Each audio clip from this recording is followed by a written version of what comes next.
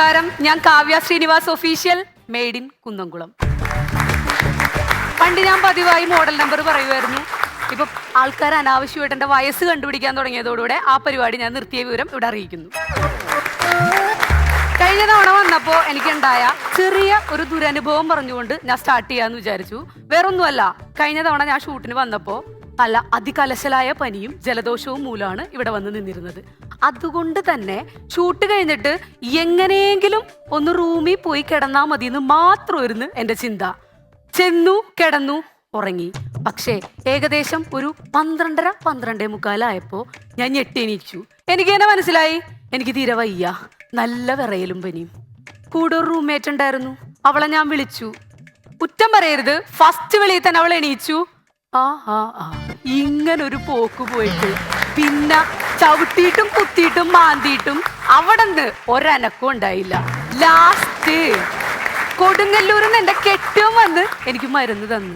എന്നിട്ടും കൂടെ കിടന്നവള് ഇതൊന്നും അറിഞ്ഞില്ല. അന്ന് എനിക്കൊരു സത്യം മനസ്സിലായി പിഷാരടി ചേട്ടാ. മനസ്സും ശരീരവും വിശ്രമാവസ്ഥയിലേക്ക് പോവുകയും വ്യക്തി അചേഷ്ടനാവുകയും തന്മൂലം പരിസരങ്ങളെ മറക്കുകയും ചെയ്യുന്ന പ്രക്രിയക്കാണ് ഉറക്കം എന്ന് പറയുന്നത്. എന്റെ പൊന്ന് രചനേച്ചി, സത്യം, പരമാർത്ഥം. അന്ന് അവള് കിടക്കണ കിടപ്പ് കണ്ടിട്ടുണ്ടെങ്കിലേ നമ്മുടെ CBI കുറിപ്പില് ജഗതിച്ചേട്ടൻ മോളിൽ നിന്നിടുന്ന ഡമ്മിക്കുണ്ടാവും ഇതിലും അടക്കം ഒതുക്കും. അന്ന് തന്നെ ഞാൻ എന്റെ കണ്ടന്റ് ഉറപ്പിച്ചു. ഉറക്കം നല്ല രസമുള്ള പരിപാടിയല്ലേ അല്ലെ? ഉറങ്ങാൻ എല്ലാവർക്കും ഇഷ്ടമാണ്. എന്താണ് ഉറക്കം? എന്തിനാണ് ഉറങ്ങണത്? ഉറക്കം കുറഞ്ഞ എന്തെങ്കിലും കുഴപ്പമുണ്ടോ? ഉറക്കം കൂടിയ എന്തെങ്കിലും കുഴപ്പമുണ്ടോ? ഇതൊക്കെ അറിയണം എന്നുണ്ടെങ്കിൽ നിങ്ങൾ എന്ത് ചെയ്യണം? എന്നോട് വെച്ചിട്ട് കാര്യമില്ല, വല്ല ഗൂഗിളിലും പോയി സെർച്ച് ചെയ്തോ. പിന്നെ പണ്ട് തുടങ്ങിയ ആൾക്കാർ പറയും 10 പൈസയുടെ ചെലവില്ലാതെ നമുക്ക് നടത്താൻ പറ്റിയ 1-2 കാര്യങ്ങളേ ഉള്ളൂ, അതിലൊന്ന് ഉറക്കമാണെന്ന്. ശരിയല്ല. എന്താന്ന് വെച്ചാ 10 പൈസ കയ്യിൽ ഇല്ലാണ്ടായാലും 5 കാശ് കൂടുതൽ വന്നാലും ഉറക്കദേവതേന എത്ര ഉറക്കം വിളിച്ചാലും എന്റെ പൊന്നു രമേശേട്ടാ വിളി കേൾക്കൂല. പിന്നെ നമ്മളെ പോലുള്ള യൂത്തിൻ്റെയൊക്കെ രാത്രി ഉറക്കം ഉളച്ചിട്ട് നേരം വൈകി എഴുന്നേക്കുന്ന നമ്മുടെയൊക്കെ ലൈഫ് സ്റ്റാർട്ട് ചെയ്യണത് പോലും സ്നൂസിങ് എന്ന് പറയുന്ന ഒരു ഓപ്ഷനിൽ നിന്നായിരിക്കുള്ളൂ. അലാം അടിക്കും, സ്വാഭാവികം നമ്മളത് സ്നൂസ് ആക്കും. അപ്പൊ ഞാൻ നോക്കിയിട്ട് വേൾഡിലെ തന്നെ ദ ബെസ്റ്റ് അലാം എന്ന് പറയുന്നത് നമ്മുടെ പ്രപഞ്ചത്തിലെ ഏറ്റവും വലിയ പോരാളി നമ്മുടെയൊക്കെ അമ്മമാര്.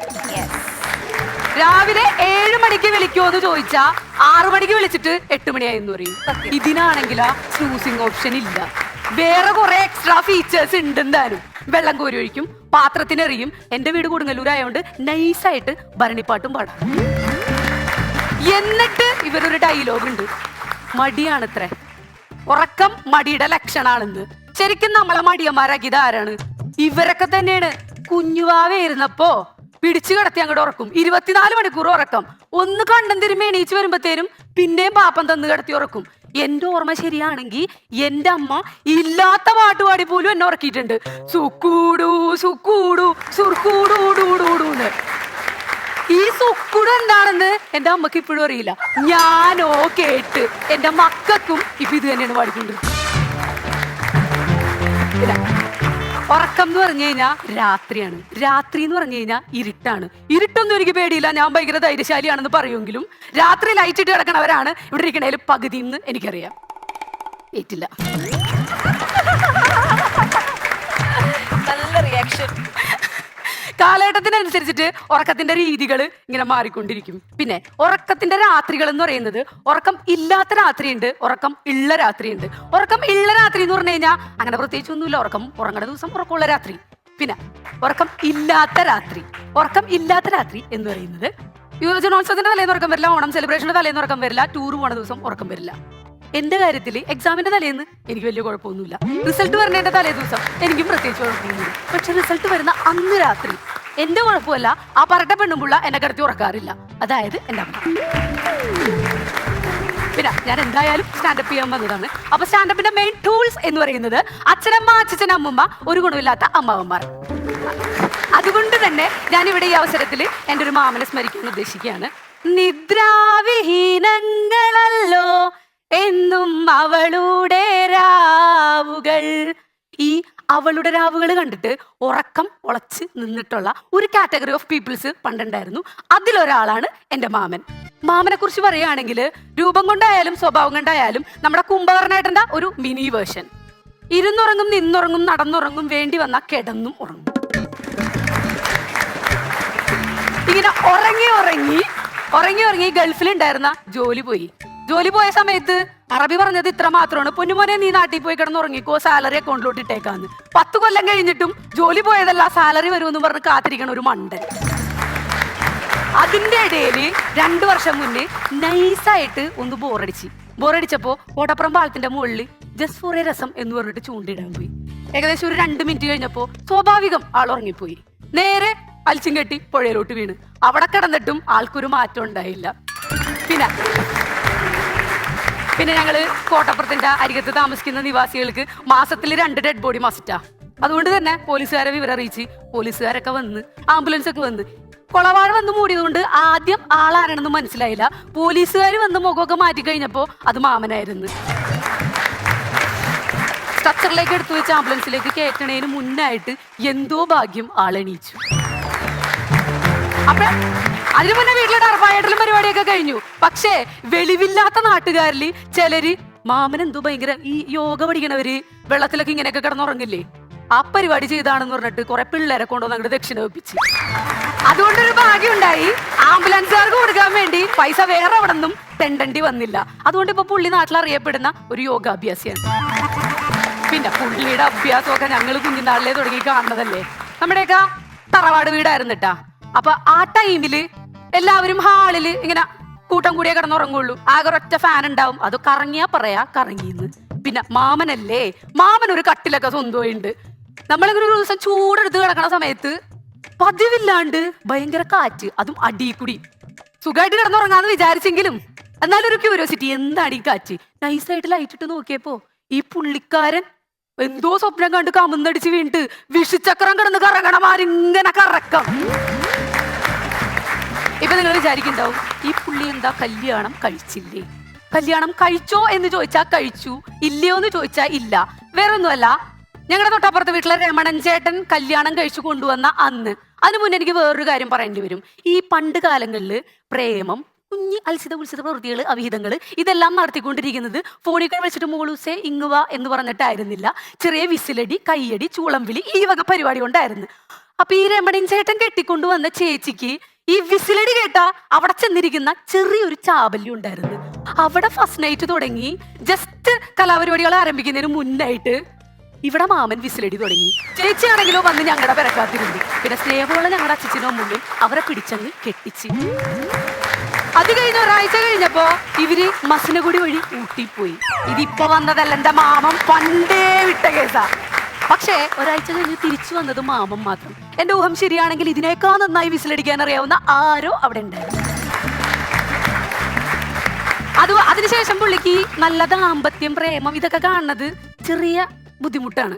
അതിൻ്റെ ഇടയിൽ കഴിഞ്ഞ ദിവസം യൂട്യൂബിൽ ഒരു വീഡിയോ കണ്ടു ഇത്രേ. അതോടുകൂടി പുള്ളി ഉറക്കം എന്ന് പറയുന്ന പരിപാടി ഉപേക്ഷിച്ചു. എന്താണെന്നറിയോ വീഡിയോ? നമ്മുടെ കണ്ണിനുള്ളില് ഒരു പ്രത്യേക തരം സൂക്ഷ്മജീവികൾ ഉണ്ടെന്ന്.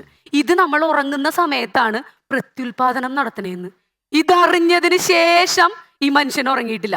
മരിച്ചാൽ പോലും എന്റെ കണ്ണടച്ചു വെക്കരുതെന്നാണ് എഴുതി വെച്ചേക്കുന്നത്. ഇനിയിപ്പോ മാമന്റെ പരിപാടി കഴിഞ്ഞു. ഇനി എന്റെ ടൂൾ നമ്പർ 2 ചങ്കത്തി കൂട്ടുകാരത്തി. അവള് അത്യാവശ്യം ചെറിയൊരു സെലിബ്രിറ്റിയും കാര്യങ്ങളും ഒക്കെയാണ്. അതുകൊണ്ട് തന്നെ പലരും അവളുടെ അടുത്ത് വന്ന് സെൽഫി എടുക്കുമോ ചേച്ചി, ഇൻസ്റ്റയിൽ മെൻഷൻ ചെയ്ത് സ്റ്റോറി ഇടുമോ എന്നൊക്കെ ചോദിക്കാറുണ്ട്. അങ്ങനെ ഒരു പാവം പയ്യൻ വന്ന് സെൽഫി ചോദിച്ചു. ഇവള് സെൽഫി എടുത്തു. ഇവള് അത്യാവശ്യം നല്ലേന്നല്ല, പണ്ടാറ് ഉറക്ക ഭ്രാന്തിയാ. പായ കണ്ടാ അവിടെ കിടന്നോളും. മറവിയുമുണ്ട്. വീട്ടിൽ വന്നിട്ട് ഇവള് സ്റ്റോറിയൊക്കെ ഇടാൻ മറന്നുപോയി. ചെക്കൻ രാത്രി മെസ്സേജ് വെച്ചു, ചേച്ചി സ്റ്റോറി ഇട്ടില്ല. അപ്പോൾ സ്റ്റോറി ഇടാൻ വേണ്ടി എന്തെങ്കിലും ക്യാപ്ഷൻ ഇടണമല്ല. നോക്കിക്കഴിഞ്ഞപ്പോ ചെക്കനും പച്ച ഇവളും പച്ച. ക്യാപ്ഷൻ ഇട്ട് ചെക്കൻ കയറി അങ്ങ് പച്ച പിടിച്ചെന്ന്. നേരെ കിടന്നുറങ്ങി. പിറ്റേന്ന് രാവിലെ നോക്കിയപ്പോഴാണ് ഈ പച്ചിടാൻ മറന്നുപോയെന്ന്. ചെക്കൻ കയറി അങ്ങ് പിടിച്ചെന്നായി. ചെക്കൻ്റെ ഇൻസ്റ്റാഗ്രാം അക്കൗണ്ട് അന്ന് തന്നെ പൂട്ടിയെന്നാണ് കേട്ടത്. ഇതിന്റെ ആഫ്റ്റർ എഫക്റ്റ് ഒക്കെ കഴിഞ്ഞു, കുഴപ്പമൊന്നുമില്ലാന്ന് എഴുതിയിട്ട് കഴിഞ്ഞ ദിവസം ഞാനും അവളും കൂടെ റോട്ടിൽ കൂടെ നടന്നു പോണ സമയത്ത് കുറച്ച് ടീംസ് കൂടി നിന്നിട്ട് പറയണേ, ദേ പോണ് പീഡനത്തിന് ഇരയായ പെൺകുട്ടിന്ന്. അത് അവിടെ നിന്നും പോയി. അങ്ങനെ ഈ ഉറക്ക കൂടുതലും ഉറക്ക കുറവുകളും ഇതൊക്കെ കാരണം പലർക്കും പല നഷ്ടങ്ങളും ഇഷ്ടങ്ങളും എല്ലാം വന്നിട്ടുണ്ടാവും. അപ്പൊ എനിക്ക് നിങ്ങളോട് പറയാനുള്ളത് ഇത്ര മാത്രമാണ്. ജംബു ബലാനി ബക്വാനി പദംതി വിമലേചലെ കവി കമ്പിത ശകാബ്യം ഗുളു ഗുളു ഗുളു. ഇതിന് പ്രത്യേകിച്ച് അർത്ഥവും കാര്യങ്ങളും ഒക്കെ ഉണ്ടോന്ന് എനിക്കറിയില്ല. ചിലപ്പോൾ ഹരിസാറിന് അറിയാൻ പറ്റും. എനിക്ക് നിങ്ങളോട് പറയാനുള്ളത് എല്ലാവർക്കും ഗുഡ് നൈറ്റ്.